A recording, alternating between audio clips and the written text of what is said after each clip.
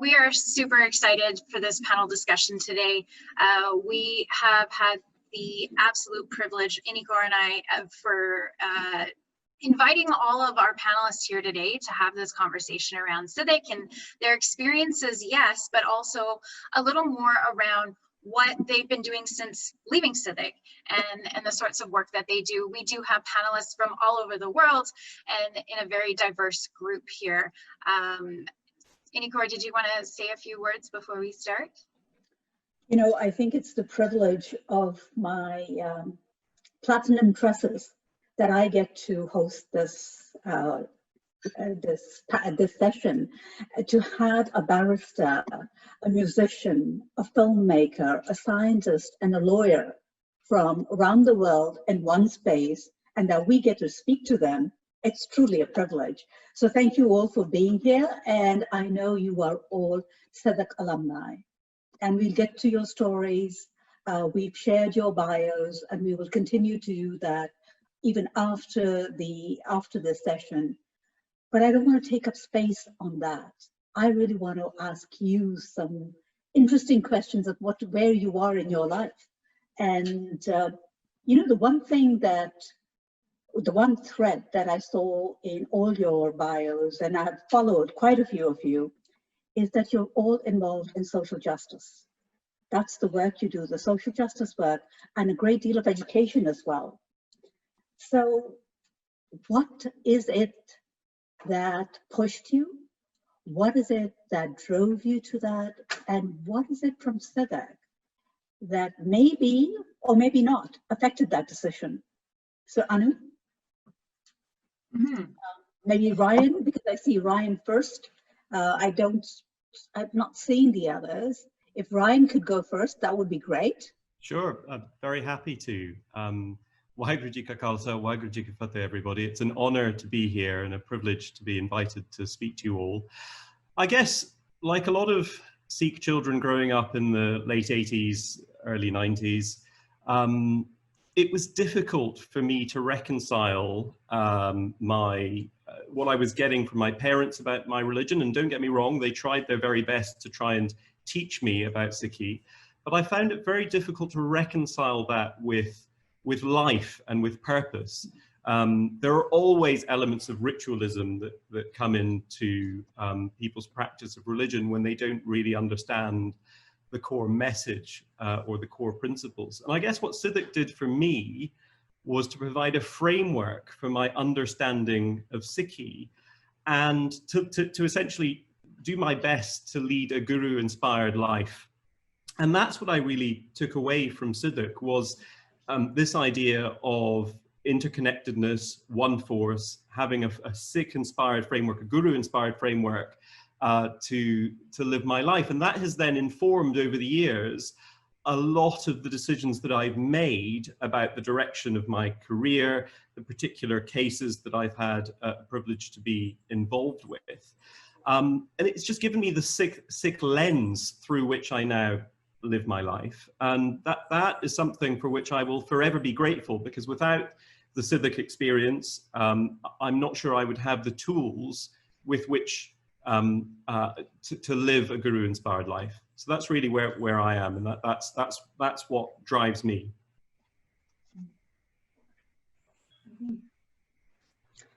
Ryan, that was, you know, I mean, you actually took the tagline of Sikri, to lead a guru-inspired life.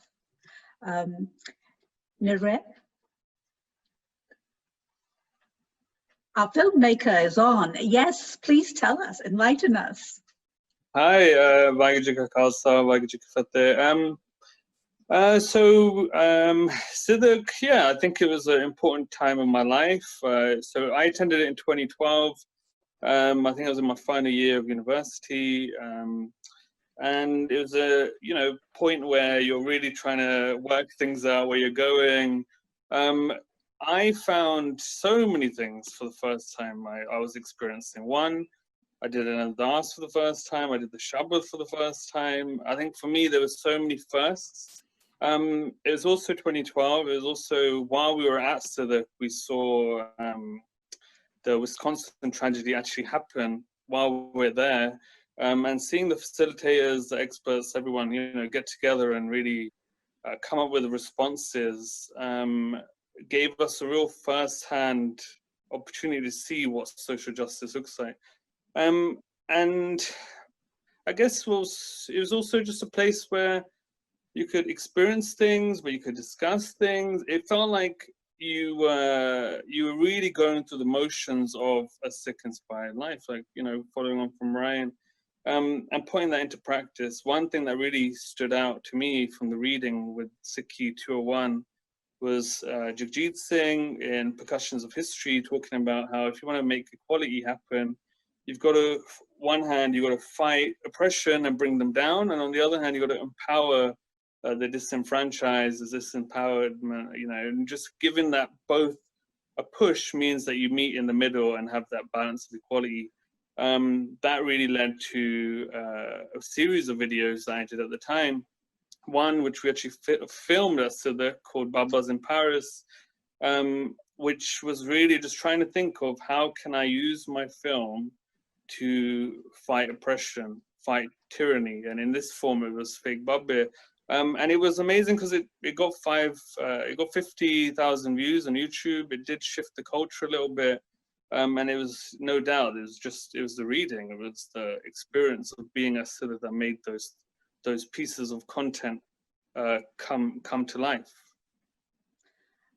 And we continue to enjoy your work, and you will continue to make those more than 50,000.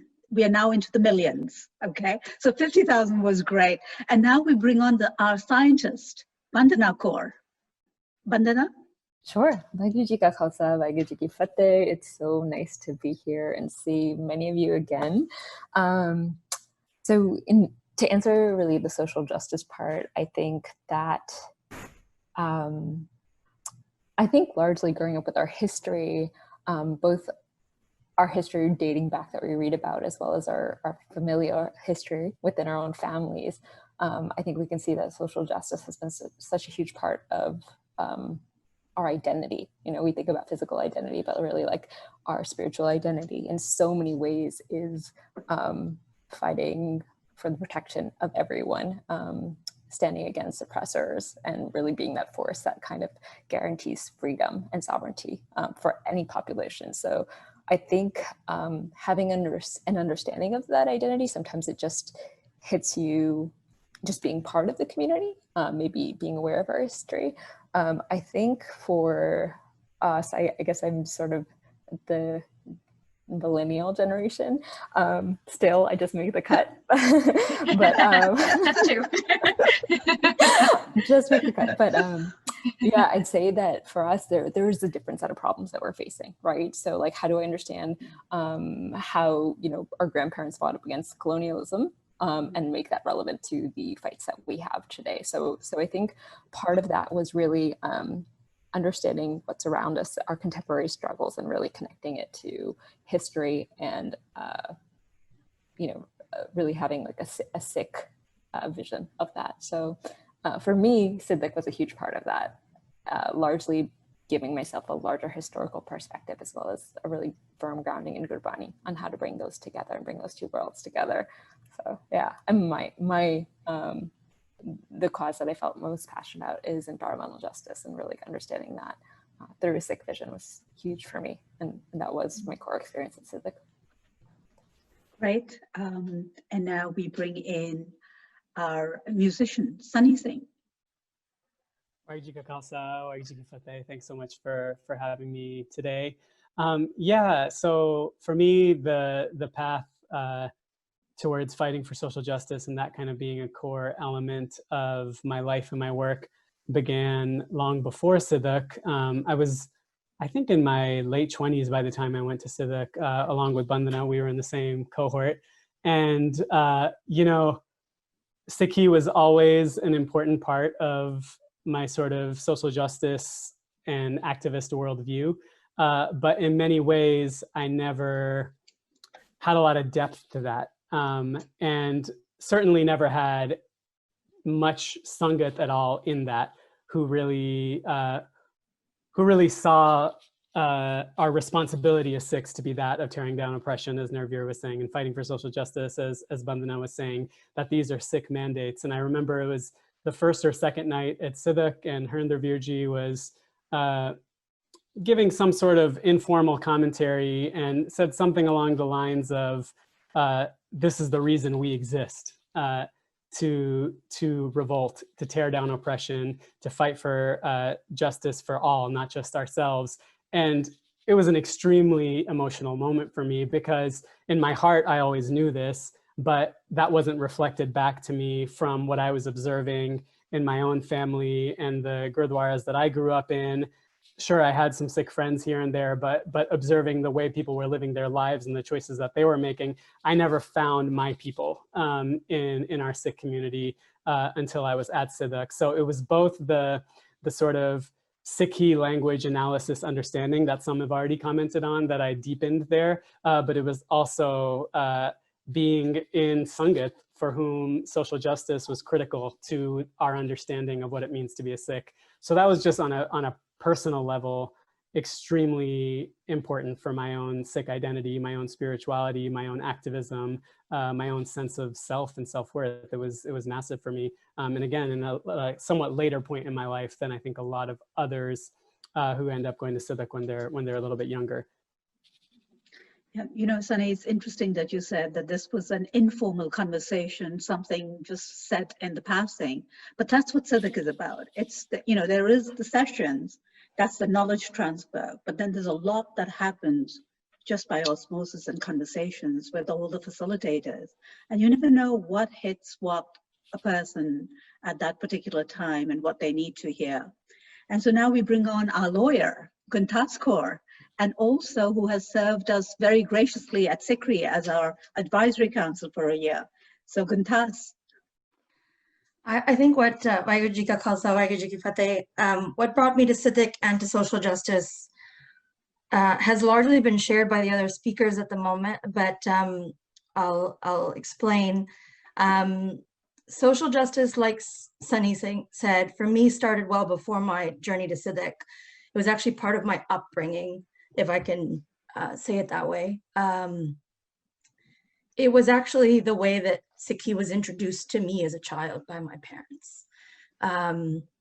So whether it was Indigenous issues in Canada or Chinese head tax, Japanese internment, things like the history that we learn in school was always related back to moments of social justice, and that being an integral part of being a Sikh. My grandmother was, my Dadiji was a prolific women's rights advocate. So was my grandfather. So it was ingrained in me from childhood, if I can say. What brought me to Sidak was attending a lot of SICRI webinars, or seminars in Vancouver area that reflected that very premise, that very ideal and principle. I found, like Sunny Singh said, I think a Sangat that reflected my upbringing of Sikhi. And so if I can say what brought me to Sidak was SICRI itself and the community I found. So it's probably one of the most heartening pieces of attending, because it put those pieces together and reflected the Sikhi that I knew, if I can say it that way. So it's a pleasure to be here and be among all these Sidakers and have to get a chance to share so much of what we enjoyed about Sidak with all the other participants today. You know, Guntas, there was so much emotion in your voice when you spoke, and there was so much love. So from that, I can gather what you have received and what then you share with the rest of the world is part of the journey. It's not about just receiving, it's also about sharing. Absolutely. So thank you. Anu, did you want to ask our panelists a question? And then I would love it if our participants want to drop in questions for them, and we can take those as well. while we are continuing this conversation, so we don't leave just the last 10 minutes or 15 minutes for the participants, I'd love it if you chatted in between. Anu, do you have the next question, or do you want me to ask? Yes, actually, if you could ask the next question, that'd be great. Sorry. Oh, well, some of you, I mean, most of you, some of you I have spoken to, some of you I know a lot more, some of you I do follow.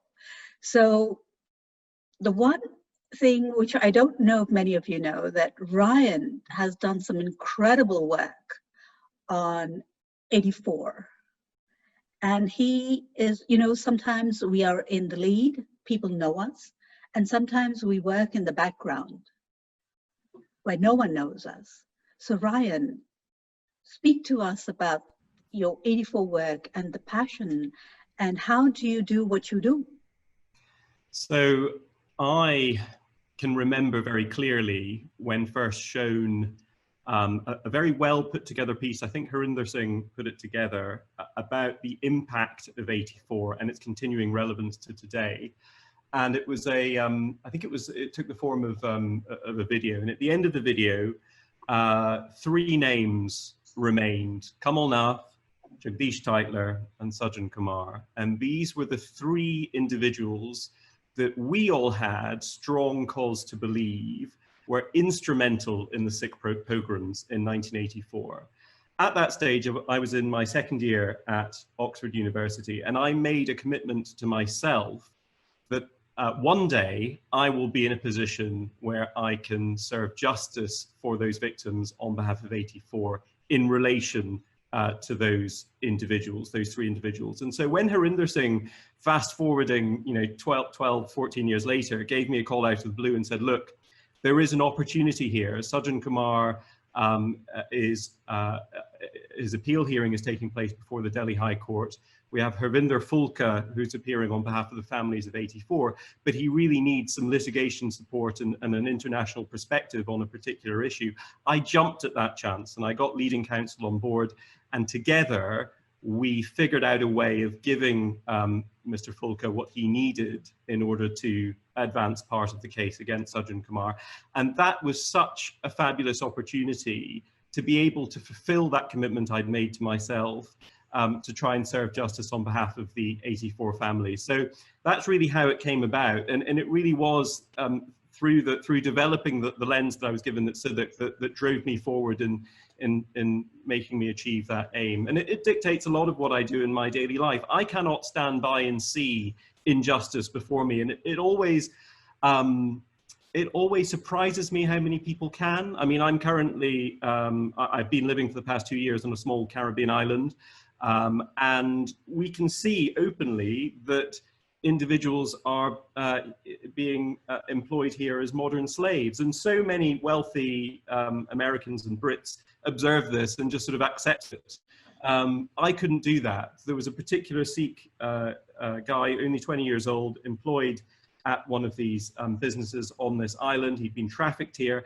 I could see what was going on, and I couldn't just stand idly by. And that was something that comes from Sidak and my experience in Sidak. We are not bystanders. We are the doers. We are the people that implement the Guru's message. So what I did in that case was liaise with the authorities, put my own money on the line to house this person whilst he was freed from his enslavement, and facilitated his transition from being in the sort of black economy into being a real person as part of the world with a work permit, with immigration status. That is a huge commitment to undertake, but it was one that I would happily do again. And that all comes back to the inspiration that I got from Sidak.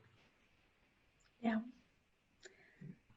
You know, that 84 was really quite something. I mean, I read about it, I read about the tweets, and, so followed it. And that's why I wanted the rest of the community to share that, because I didn't know that you had made that commitment. And so it was great that you were able to fulfill that. Not many times in our lives we get to experience that.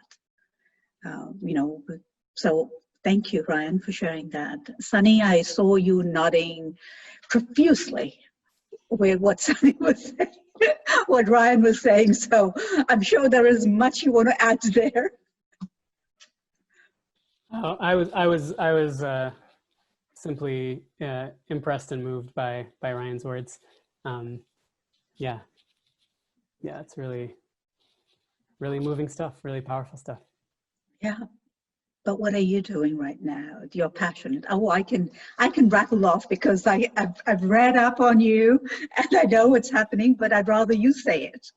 Sure. Well, I'm doing a lot of different things. A lot of my life is structured around being a musician. I've been playing in a band called Red Barath for the last, since I went to Sidak, for about the last 12 years. And last year I started working on a solo album that I'm calling Chardikala. And, I was thinking about it when I was looking at some of the questions for this panel, and I realized that Sidak was actually a pretty key moment in my very slow path to making this album. Because at Sidak, we were forced to do a shabad.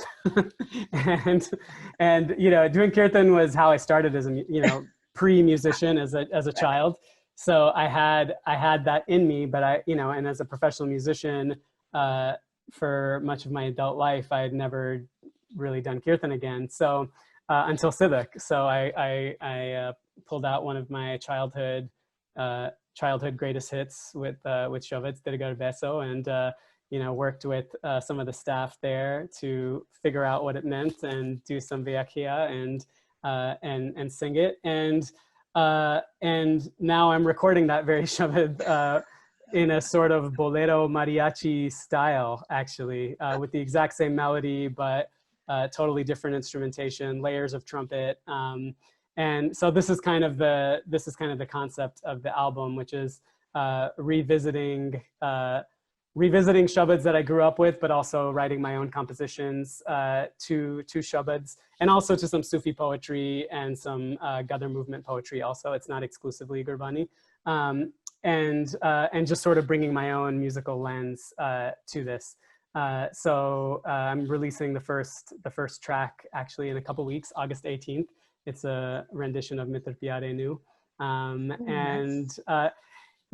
Why I went on this path at this point in my musical career was really a deeply personal thing, where so much has been going wrong in the world for the last few years. And in that sense of almost feeling hopeless at times when yet another far-right dictator comes to power. And I think this was shortly after Bolsonaro's election, when I started writing a lot of the material. I found comfort and solace in just sort of playing around on my vaja and remembering some of the shabads I grew up with. And then that one thing kind of led to another, and I started diving deeply, more deeply into it. So I'm hoping with this project, I'll be able to bring some of this wisdom, using some of the skill sets that I developed at Sidak, and how to talk about Gurbani in sort of contemporarily relevant ways.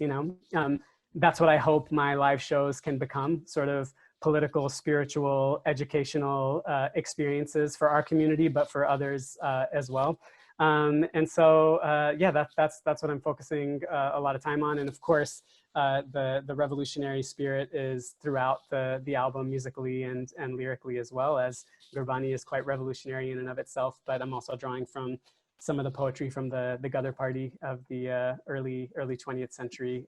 So that's a big thing that I'm up to these days, and still continuing a lot of my work as an educator and facilitator, doing a lot of racial justice training, anti-oppression training, and hope that through this musical project, I'll be able to connect my music and education, political education passions a bit more than I have been able to in the past. Mm-hmm. And again, I think there is a direct thread from Sidak here, because that practice of learning how to attempt to give some sort of pretty sloppy vyakhya was a really powerful experience for me, right? And so I'm hoping I'll figure out ways to do that now on stages. So while your album is called Chardikala, it is based on the principle of Meri Piri, from what I can gather, what you have just shared. It's beautiful work. We can't wait to hear it. Bandana Kaur, what have you been up to besides being a mom? A new Besides mom. being- that's a huge part of my day. Let's see. Okay, so I think my present is so intimately tied with my past and my experience. At Sidak, it's so hard to divorce the two. So I'm going to talk a little bit about my experience after Sidak and kind of the work I was doing and sort of where it lands me today in kind of this like COVID world as a mother, and really about 12 years later since I went to Sidak. So immediately after Sidak, I actually started graduate work where I was planning on doing field work in Punjab on environmental issues. So environmental issues were my passion, and that's really something I had been working on for about 5 or 6 years prior to going to Sidak. The new focus that I really wanted to do in my graduate work was to focus on Punjab's ecology and understand what happened historically as well as currently what's going on. So when I say historically, I really mean like what was the environment like during Maharaja Ranjit Singh's reign? What was it like during the Mughal period or when the Gurus were there? What was it like under the British Raj? Understanding that landscape very intimately and understanding what happened and how it was dismantled with colonialism, and really what happened to our resources and our control of resources. So looking at the Green Revolution and how that really robbed us of a lot of our natural resources that made up most of Punjab's economy. So that was really my journey that I wanted to do in my grad school program, which I worked on for 3 years. I kind of extended it a little bit, but I was able to do that both through looking at kind of archival resources of Punjab, as well as actually going there and doing field work for a good 4 or 5 months. So that was a huge part of my journey. After I finished that program, I worked with EcoSIC for a number of years.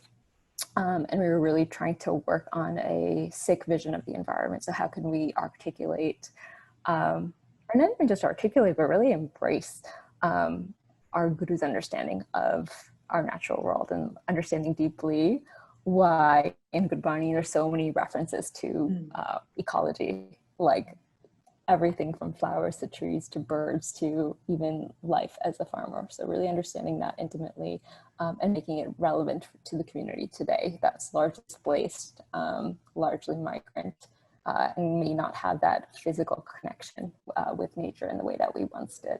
So that was really a huge part of what I was doing for, I'd say, another 6 years after Sidak.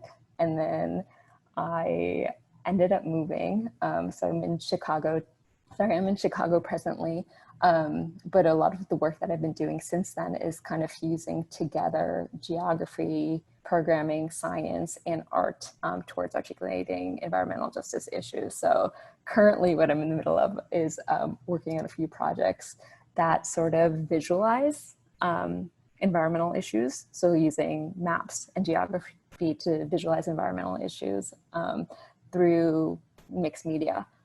So that's currently what I'm working on. But there's actually this artist who's based out of MIT who has done this a lot with the history of Nigeria and kind of what's happened with colonialism and how he can actually make mixed media art using different tools. And that's really something that I've embraced and followed and I'm trying to do right now. So that's cutting edge. I don't think we have that work done in, right? Yeah, it's actually, yes, absolutely. It's interesting. So I think sometimes what happens is that we see ourselves in one bucket, as in like, I am a filmmaker, or I didn't mean to pick on Navir, but I am I'm a mathematician or something. And we sort of identify with that bucket exclusively and kind of, by doing that, by kind of following these sort of rules, we sort of limit ourselves from kind of bringing together these different ideas. Whereas I think the world that the Gurus existed in, they weren't really just looking at the world through like one discipline or one lens. They were musicians as well as activists, as well as warriors, as well as so many things, and embracing their whole identity. So for me, I've always been pretty artistic, but I've also been very technical. And part of my love and my interest is actually fusing these worlds together and actually doing that on behalf of others. So yeah. Sounds wonderful, Bandana, honestly. So now that, because you picked on Navir, right? So I think he should go next, and maybe he wants to say something to you. Yeah, no, I know that feeling very, very well.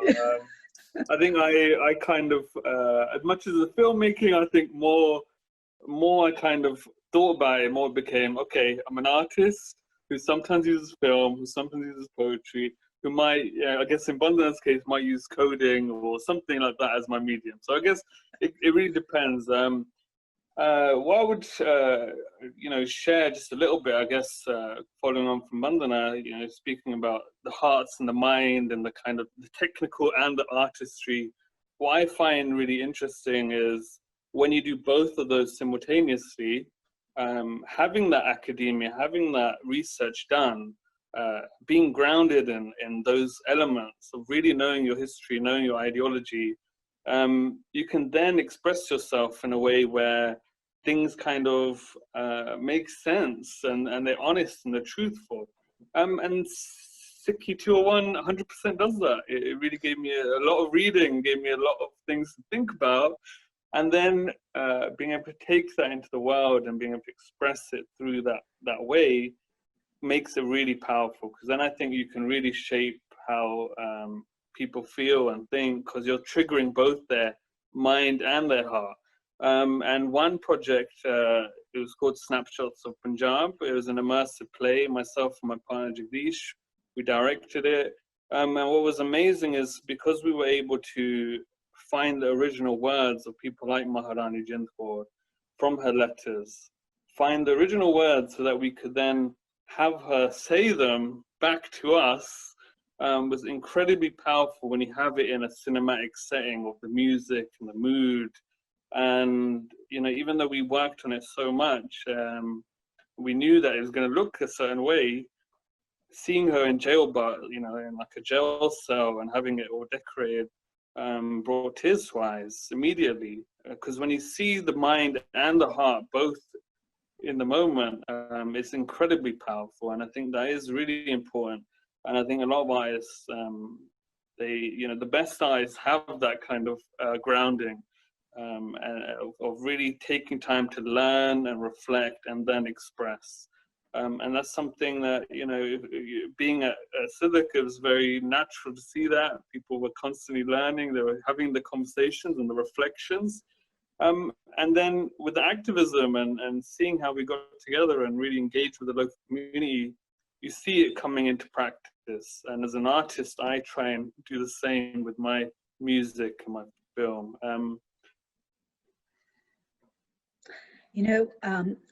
While you were speaking about the readings of 201, all I could hear was, that's a lot of reading. So what are you telling the participants? Read every reading of 201? Is that what you're saying? And Bandana, because I saw you nodding Guntas as well.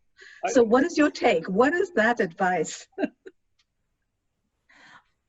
I can't say for me that 201, I wasn't in 201, I was in Gurbani 201, but I can say the reason I actually ended up in Gurbani 201 was because my master's program covered a lot of the readings from Sikhi 201, and I was simply told, don't take Sikhi 201, you basically will be repeating everything you just read for the last year. But Anu was in 201 at the time, and I heard a lot about the readings from a lot of people. So it just always brings back fond memories of that time when all you were hearing during Sidak was the readings of Sikhi 201. Not to say Gurbani 201 wasn't an intense course, but it just always makes me chuckle.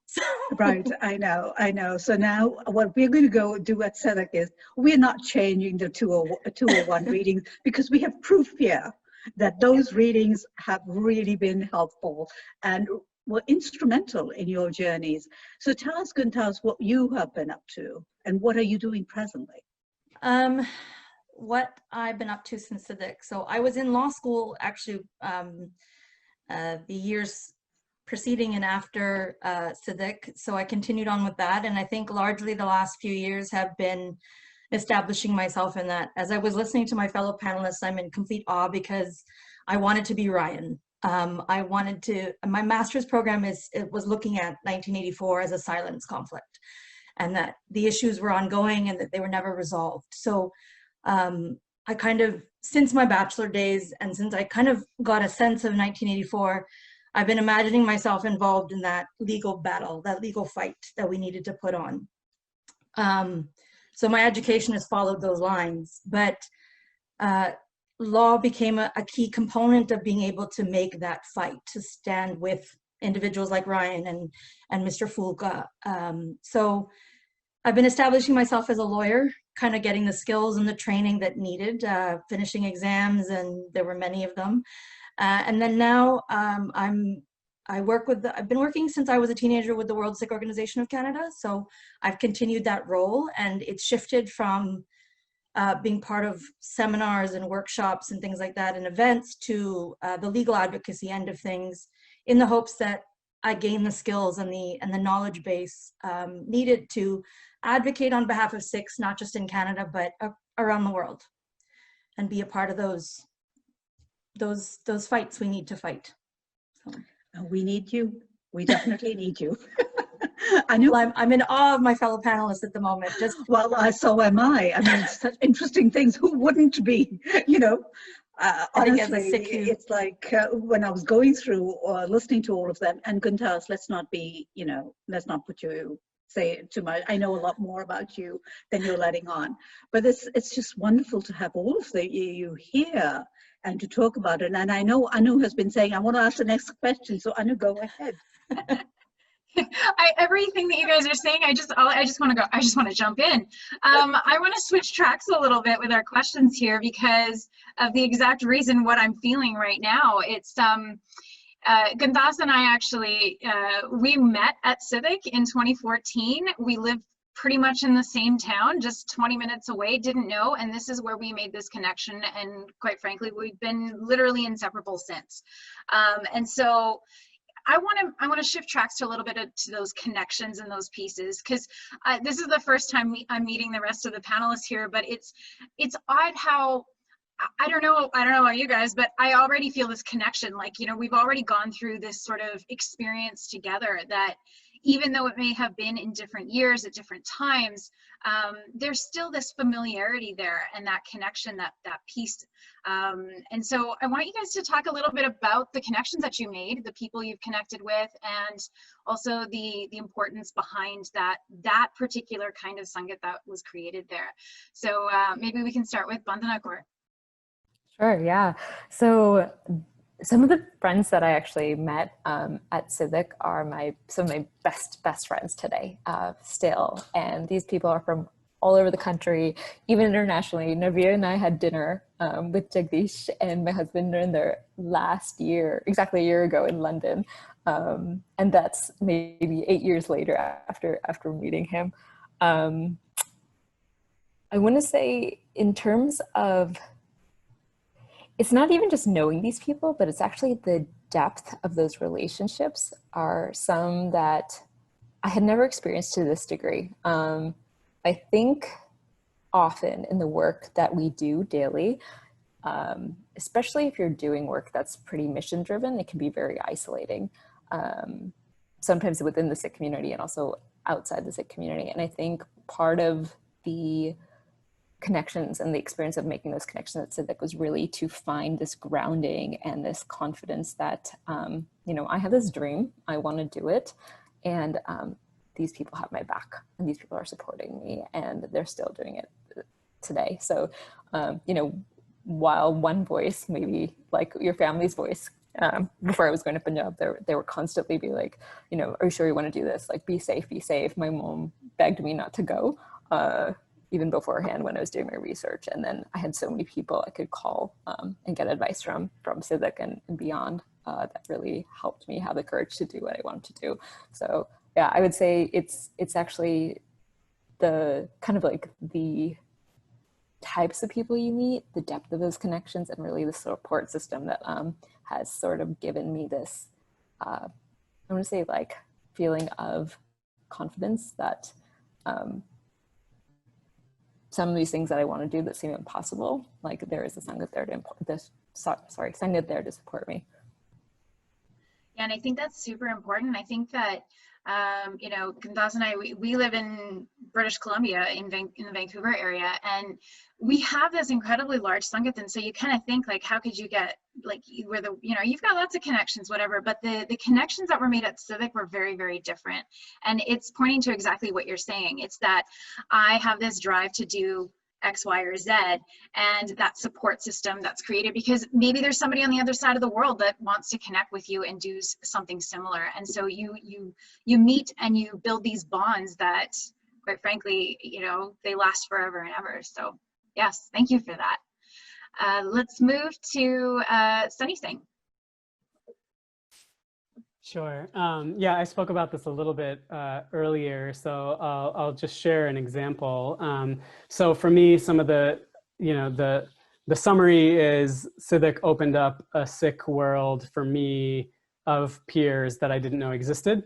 And that's not to say that everyone in my cohort are now like best friends or in some political organization together, but through this opening, of folks that had, I would say kind of like Sidak fosters this no BS approach to Sikhi where, you know, we really strip Sikhi to its core, right? And its core is about love. It is about revolution. It is about social justice, right? And these are the things that drive my life, right? That's why I wake up in the morning. And I found many people like that at Sidak. And this is not only hugely important for me personally, but also politically. So the year, I just checked the date really quickly, but you know, like 6-7 months after Sidak, there was a major siege on Gaza by Israel. And I circled up with some of the community that I built at Sidak, some of my new friends and comrades, and we started a sort of informal network initiative called Sikh Solidarity with Palestine that began with drafting sort of a statement of solidarity rooted in Sikhi and the idea of Sarbat al Bhala. And we started a Facebook group, right? And then did a post on the Langar Hall and really brought this, I think before that time, this conversation was pretty dormant in our community. And fortunately, since then, the conversation has grown and grown and grown.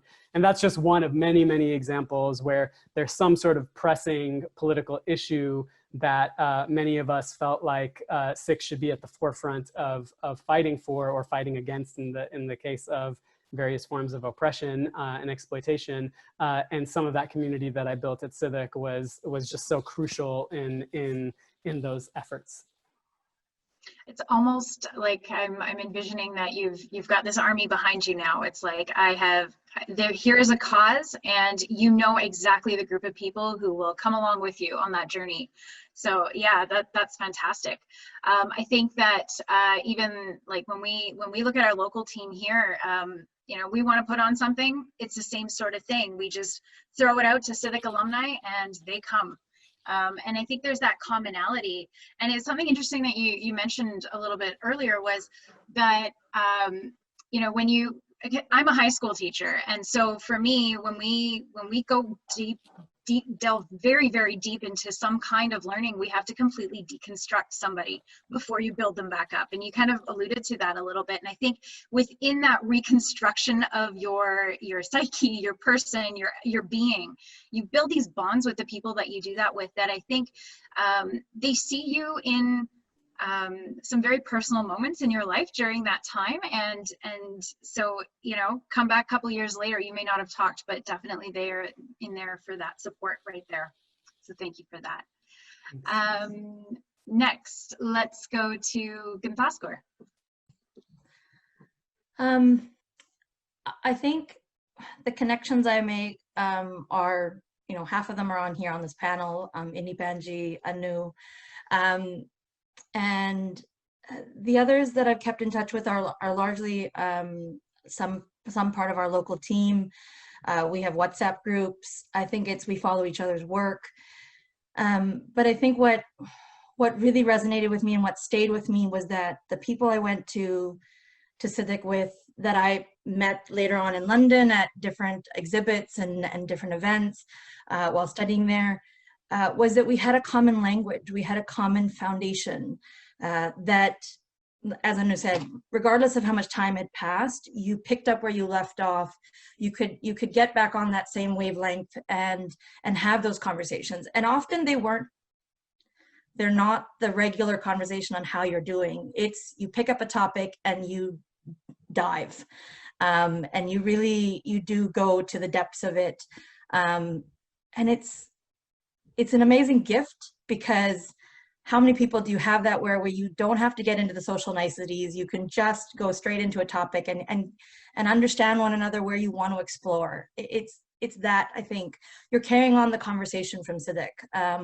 So it's wonderful to have those people in your life, because you see the work being done. And I'm an individual who has interests in environmental justice, who has interest in human rights, who has interest in music. And I can't be all of those people, but I can support the people that I know that are in those fields, and feel like I'm contributing to their work, and fulfilling that part of me through their work. So it's wonderful to have that community, I think, because you, like I said, at the end of the day, it's a common thread that goes through all of you and your work. And so you can be there for one another. It's basically what I tell my students as well. I'm living through all of you, and that this just kind of creates more connections and more building. And like you said, you feel like even though it's someone else that's doing this, this is a bit of a part of us and a part of them together working. So great, thank you for that. Let's go to Ryan, please.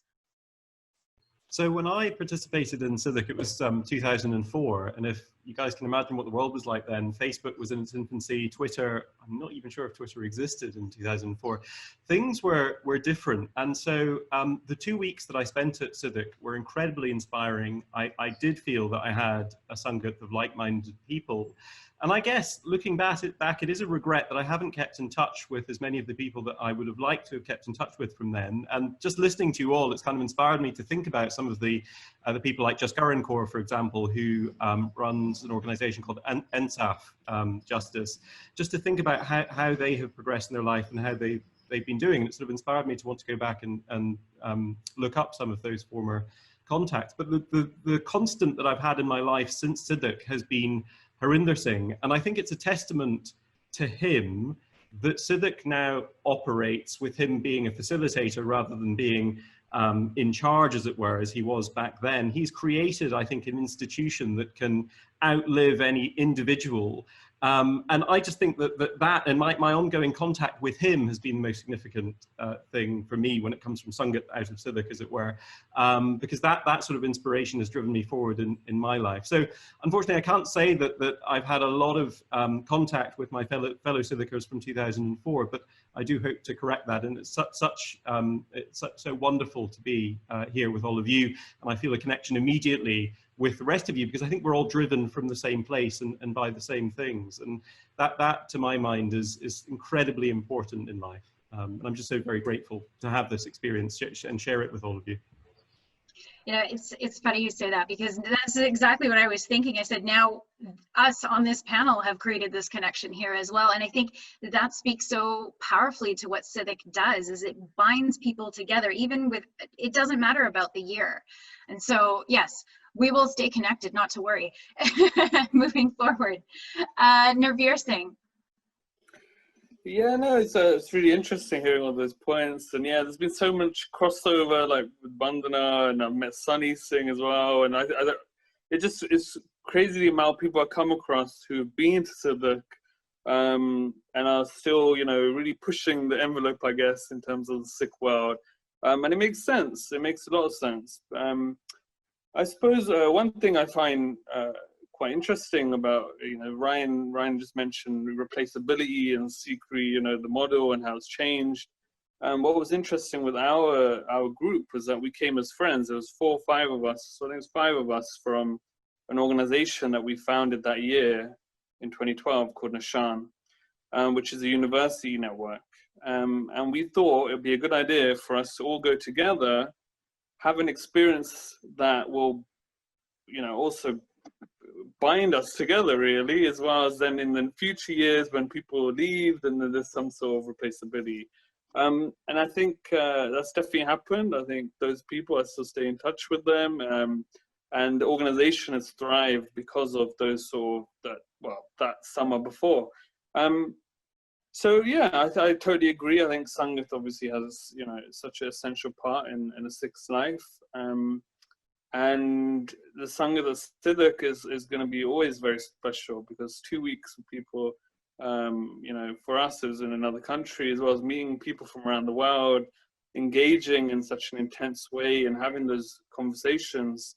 It is really once in a lifetime kind of experience.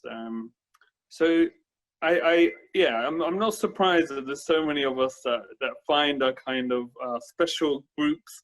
And in this, you know, new world of Zoom and stuff, I guess this is our kind of a new way that we can now kind of engage and really see the possibilities of what a worldwide Sangat looks like, which kind of alludes to the earlier session, I guess, before this. You know, and your point actually brings me right to my next question, which is just great segue. You know, there are people that are listening in, they've been tuned in yesterday and today, or they may have been considering coming to Sidak. For me, it's a very easy decision. I drive an hour, and I'm there. And, but, you know, there are other people. We have had people come from all over the world. I mean, you mentioned UK. We've had a couple of participants from India, from Singapore last year. We had Malaysia, Australia. And so the reach of Sidak is very global. And so, and 2 weeks, I mean, right now, the way the world is that we're all shut in, and, you know, it's been months since a lot of us have even left our houses, but, you know, this is kind of taking care of that time piece in it. But when you're in a regular year, and we're considering how busy we are, 2 weeks is a long time to take out. But what would you say to someone who's considering coming to Sidak and saying, look, I have to adjust things and work things around. I know it's so far away. Like, what is the value behind this, and what sort of advice would you give them? Let's start with Bandana Kaur. Sure, yeah. I'd say if you can afford the time and the space to go, just do it. I know it's a bit of a trip for me. I was in New York at the time, and Sidak was in Texas, and then I basically had to find a way to take 2 weeks off to go. And I think the value that I got out of Sidak after that time was definitely worth sort of the risk, or the time you take off, or sort of having to move things around in order to do it. I was privileged enough at that point to not have kids. I wasn't taking care of anyone. I think right now would be really a little bit of a different situation, but if you can sort of create a system where those things that you do day to day are taken care of, it certainly is worth it, because I think the amount that you gain justifies kind of like the shuffling around that you might have to do geographically, or with your day-to-day work. And I can speak volumes to the value, but I definitely want others to chime in. Oh, that's great. Let's go to Navir. Yeah, I feel I'm gonna echo a lot of what Banda's saying. It's like anything in life. It's an experience that you haven't had, so you don't know what it will be and the impact it will have on you. But the fact that you're listening to this and you're already thinking about it, you've already pretty much got to your conclusion. So you might as well just follow through now, because you're already there. Anything that is challenging and sounds like it's a big commitment, unusual to your usual structure, we embrace that. We embrace those challenges, and this is a great way to do that. And usually with those challenges when you grow the most. And I think 2 weeks of real engagement in this way of life is incredibly powerful, and is incredibly life-changing. And when you look back, when I think of 2012, there's so many little things, but this stands out. This is a big thing in 2012. So it's amazing how the mundane, the kind of usual, lifestyles things don't really hang out, but this definitely does stand out. So. I think that really speaks to the fact that in all of the stories that you've all shared, Sidak was that moment where everything changed. you know, or if not everything, a lot of things changed. And so, you know, take that risk, because those things that you've been dreaming about, things that you've been thinking about, this may either give you the push to do it, it might find you the support to do it, or it might find you the courage to do it, because you also spoke about this is a space that we create that allows you to take those risks, and it being such a safe space. I mean, it was mentioned earlier, like, that was the first time I had read a Hukam or had taken Ardas as well, and I would have never done it. There's no way.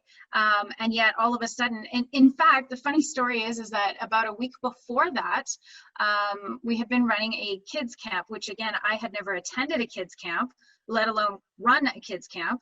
And here I was standing there and someone asked me to do Ardas, and I said, absolutely not. And it wasn't within a week of coming to Sidak, and all of a sudden I was standing in front of everybody doing Ardas as well. And so, and why is that? Why does that happen? It's that comfort and that safety that you have that's built there. So definitely, if you want to take a risk in a comfortable space, by all means, come to Sidak for sure. So thank you for sharing that. Sunny, let's go to you. Yeah, I really don't have too much more to add. I'm guessing folks there are on board with this idea of coming to Sidak, and obviously, as Vandana said, it's not a realistic possibility for everyone based on life circumstances and finances and people who depend on them.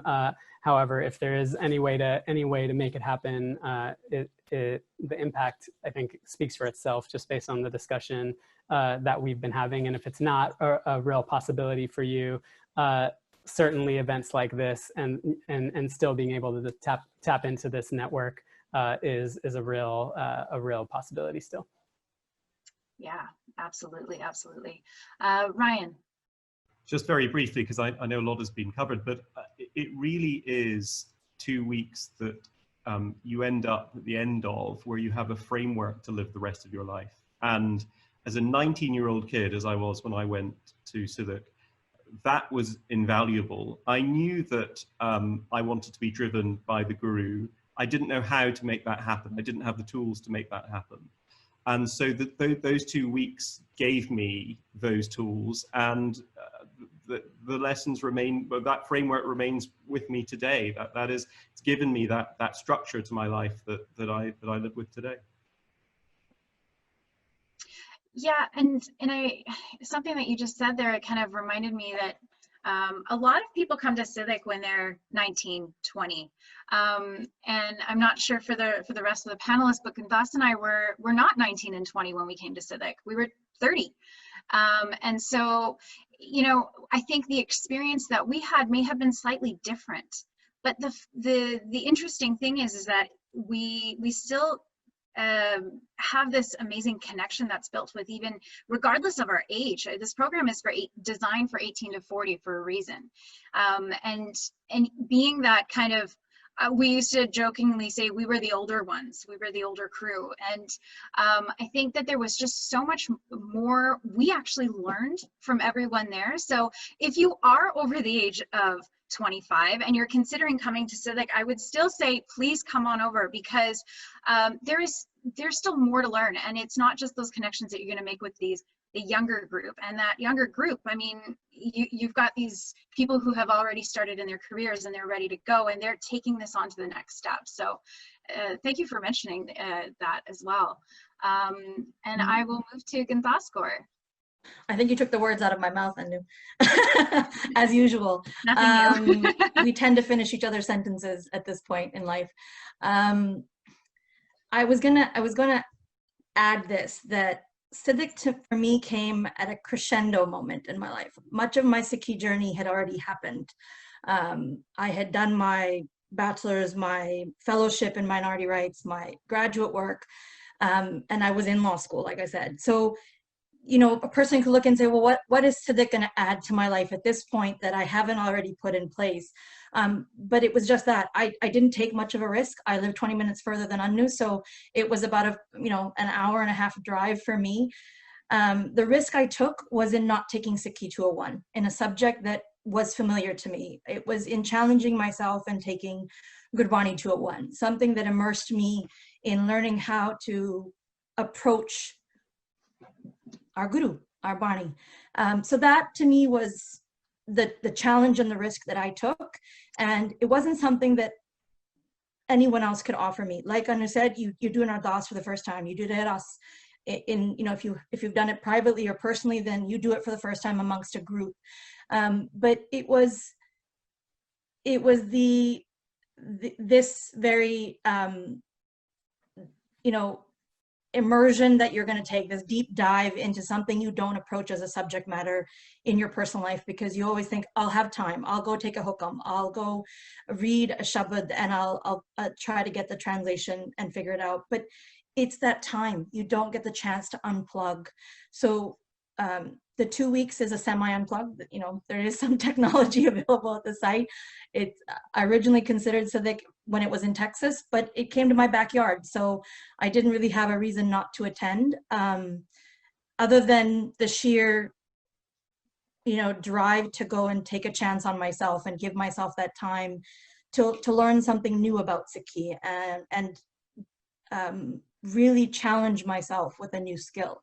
And I'll be forever grateful. So I think, like everyone else has said, if you can manage it, I think in this day and age, you have to make the time, not find the time. Make the time, take the plunge, and attend Sidak. I don't think you'll regret it. Thank you, Gundaz, for saying that you won't regret it. We, the facilitators, and all of us, we are incredibly aware, and we take this responsibility that all of you come to Sidak. You have taken time out of your busy lives, and we try our best to make this an enriching experience.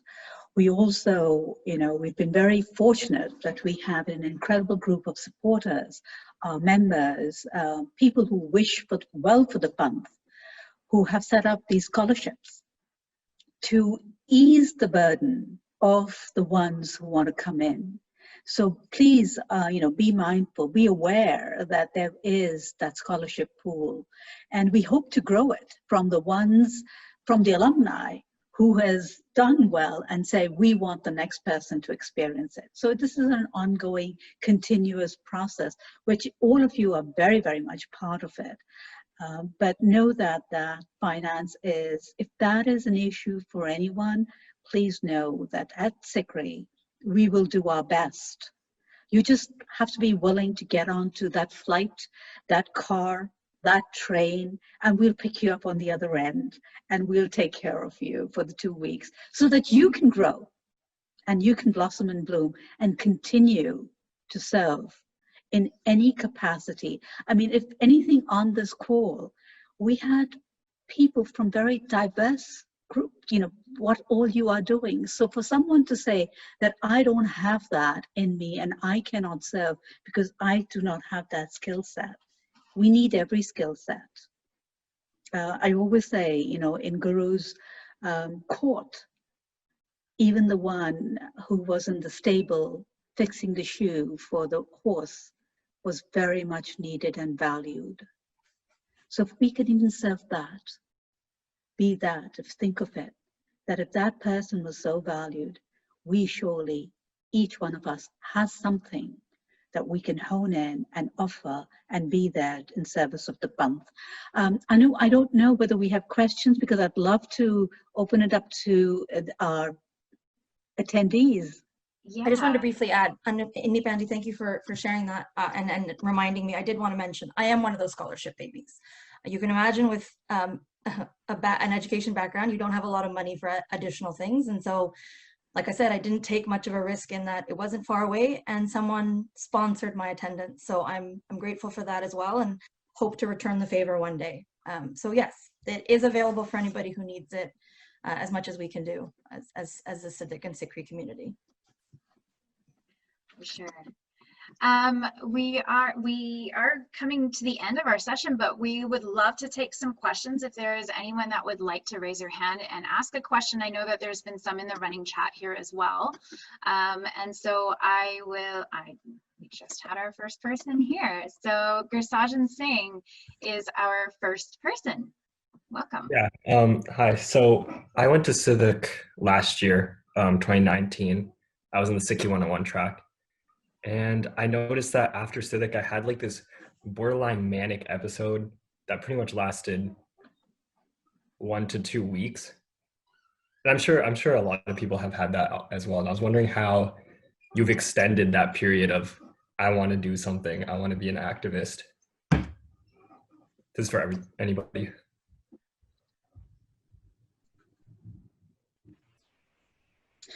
Vandana, do you want to go answer that? I'm going to let someone else go first.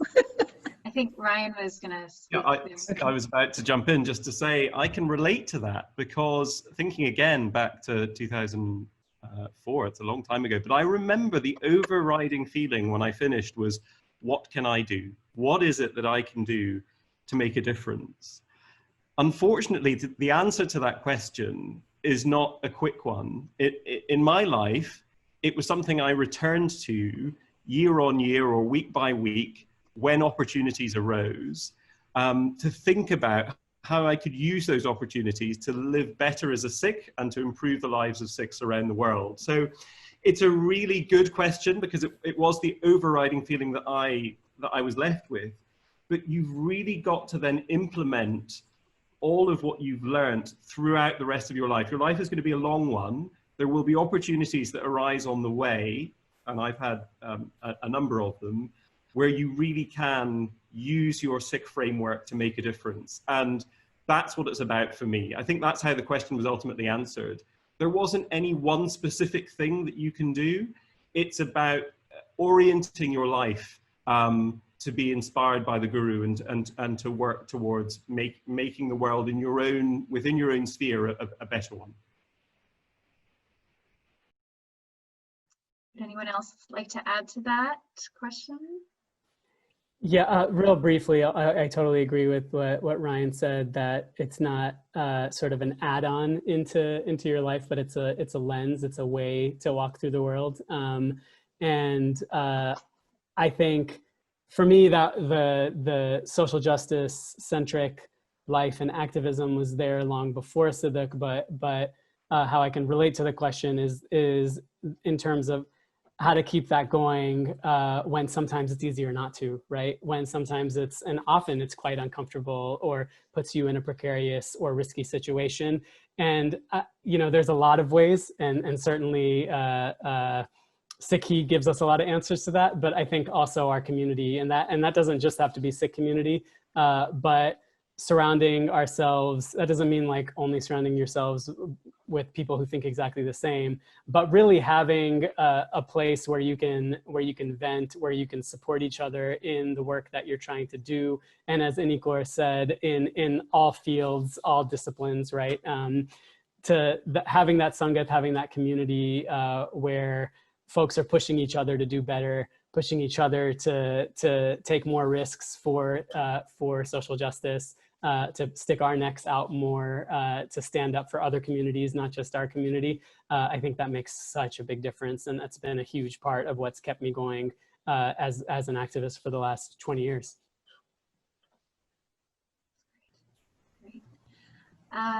Any other people would like to raise their hand? You're more than welcome to. There are some questions in the chat box as well. I will just read out a question from the chat box. I think this is more of a general question, just about how to get involved if you're in other countries.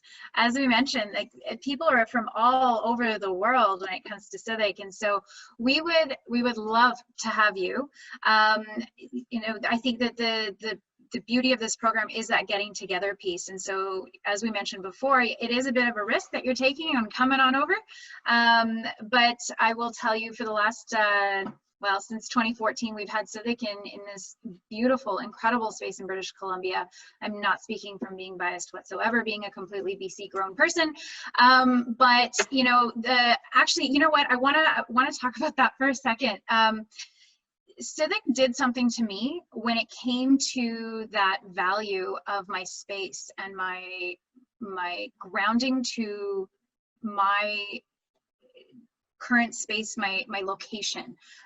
We come to Sidak, we're in the mountains and the trees and everything. And I remember someone from the UK one year said to me, you get to live here? Like, are you kidding me?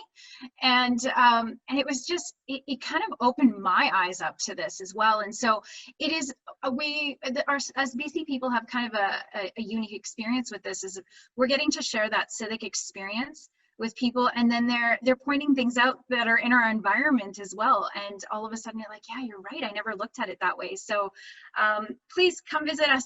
We will be having Sidak in 2021, and hopefully the whole world opens up again. I would love to share my mountains with everyone here, so please sign up. We'll have that information for that as well coming up. Any other final thoughts that the panelists would like to share with us?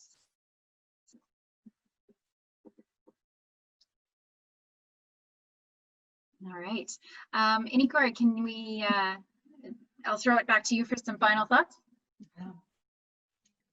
It's been an incredible hour that we've spent together. Hopefully the people listening, the participants listening, get a glimpse into the journeys of these incredible beings who've taken, I'd love to say it's all happened because of Sidak. No, it happened because there's something deep within them. Sidak facilitated, enabled, maybe unlocked something, maybe gave you all a framework. And from what I've read and I've listened and heard you today, it is those unconscious things that you have also picked up at Sidak, which have rippled into your lives, and you are living them at every moment. So for our presenters, wherever you are in your spaces, think of Sidak, think of us kindly, and may the flame that you burn brighter, and may we hear all good things about you, and may you take that message of Sikhi and spread it far and wide. And you're always welcome. We would love to have you at any point in time back at Sidak, whenever you can fit it into your schedule and say, I want to spend a day, I want to come for 2 days. You know, it's home for you. And for to our participants who are listening, begin your own journey. Find the thing within you to unlock. Look at it from the Gurmat frame perspective, where Jasleen Kaur and Baneet Kaur talked about. Just take a moment and delve deeper into what is it that you want. The journey actually begins when it is you ask yourself, who am I? What is my purpose in life? And we hope that we will get to see you at Sidak at some point in your life. If not, be well, be safe. We leave you in love and light. I leave that back to you, Anu. With that, I would love to thank all of our panelists for being here with us today. This was quite a treat to get to meet all of you and share our collective experience as well with the rest of the world here. And I think that we're going to be looking for more opportunities to do exactly that, because I think that our experiences, having gone through Sidak and gone through professional and personal and community activists, I think we have a lot to share with the rest of our Sidak community and the rest of the community as well. So thank you so much for each and every one of you for spending this hour with us, and we will be connecting soon. Thank you. Thank you. Thank you so much. Waheguru Ji Ka Khalsa, Waheguru Ji Ki Fateh. Waheguru Ji Ka Khalsa, Waheguru Ji Ki Fateh. Thank you.